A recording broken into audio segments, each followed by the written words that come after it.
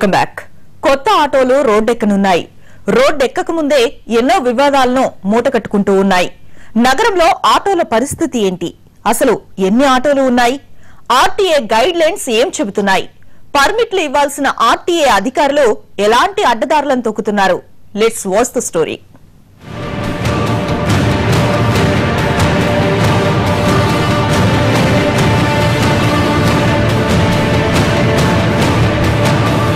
నగరంలోని జీహెచ్ఎంసీ పరిధిలో 1,20,000 ఆటోలున్నాయి.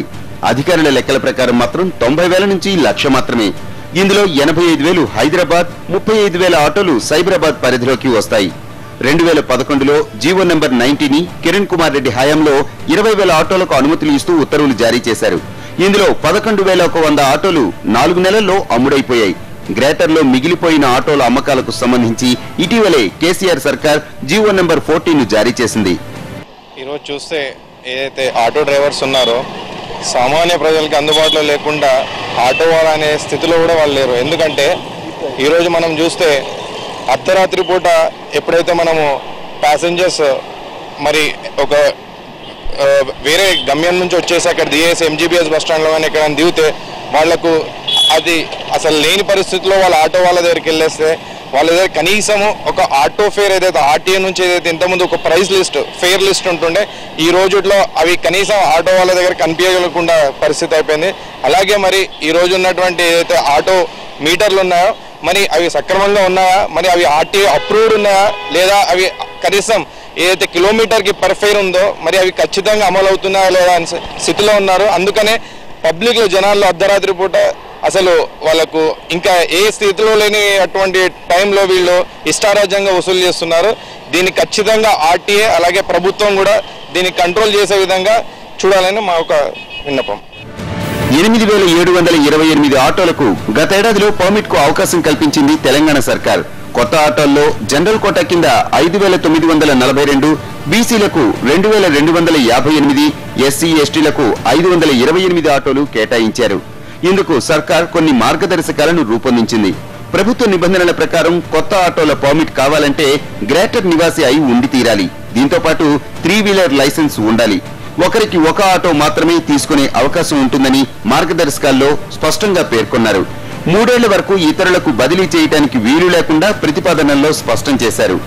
షోరూమ్కి వెళ్ళి షోరూమ్ నుంచి ప్రొసీడింగ్ తీసుకొని మళ్ళీ తర్వాత ఆర్టీఏ ఆఫీస్కి పోతే మా అక్షరాలు ఒక లైసెన్స్ మీద ఒక ఆధార్ కార్డు మీద అక్షరాలు డిఫరెన్స్ ఉన్నాయి పేర్లలో అనే ఉద్దేశంతో అవి తీసేశారు. తీసేసిన తర్వాత మళ్ళీ మేము కమిషనర్ దగ్గరికి వెళ్తే అవి సేమ్ ఆ ఆధార్ కార్డు లింక్ తీసేసి ఓన్లీ డ్రైవింగ్ లైసెన్స్ మీద ఇస్తున్నారు అని తెలియగానే ఈ షోరూమ్ వాళ్ళు ప్లస్ ఇంకొకటి ఏంటంటే ఈ కొన్ని యూనియన్ లీడర్లు వీళ్ళందరూ కలిసి ఏం చేశారంటే ఖాళీ 3 రోజులలో 6,000 ఆటోలకు ప్రొసీడింగ్స్ ఇచ్చేశారు. ప్రొసీడింగ్స్ ఇచ్చేసి ఆటోలు అయిపోయినాయి బాబు అని మళ్ళీ కొత్త డ్రైవర్లు పోతే ప్రొసీడింగ్స్ లేవు, ఆటోలు అయిపోయినాయి అని చెప్పేసి మమ్మల్ని ఆటో డ్రైవర్గా ఒక పద్ధతి లేకుండా వాళ్ళు బ్లాక్ ఆటోలు అన్ని బ్లాక్ చేసి ఈ గవర్నమెంట్కి చాలా చెడ్డ పేరు తీసుకొస్తున్నారు. ఆధార్ కార్డు ఖచ్చితంగా ఉండడంతో పాటు కొత్త ఆటోను కొనుగోలు చేయాలంటే షోరూం వద్ద దరఖాస్తు చేయాలి. అందులో వివరాలు నమోదు చేసిన తర్వాతే ఒక పత్రం అందిస్తారు. దాన్ని సంబంధిత ఆర్టీఏ కార్యాలయంలో సమర్పిస్తే ఆటో కొనుగోలు కోసం అనుమతి జారీ చేస్తారు. ఇంతవరకు బాగానే ఉన్న కొత్త ఆటోల విక్రయాలకు అనుమతులు జారీ చేయటం వివాదాస్పదంగా మారుతోందన్న విమర్శలు వినిపిస్తున్నాయి. ఇందుకు ప్రధాన కారణం కొత్త ఆటోల పేరుతో కోట్లాది రూపాయలు చేతులు మారుతున్నాయన్న వాదనలున్నాయి. ఆర్టీఏ అధికారుల అండతోనే ప్రైవేట్ ఫైనాన్షియర్స్, షోరూంల యజమానులు, దళారులు, బ్రోకర్లు రెచ్చిపోతున్నారని ఆరోపిస్తున్నారు ఆటోల సంఘం ప్రతినిధులు. ఇక్కడ నుంచి సికింద్రాబాద్కి వెళ్ళాలంటే 150 రూపాయలు, 200 రూపాయలు మీటర్ ఎంత అవుతుంది, 100 రూపాయల లోపలనే అవుతుంది.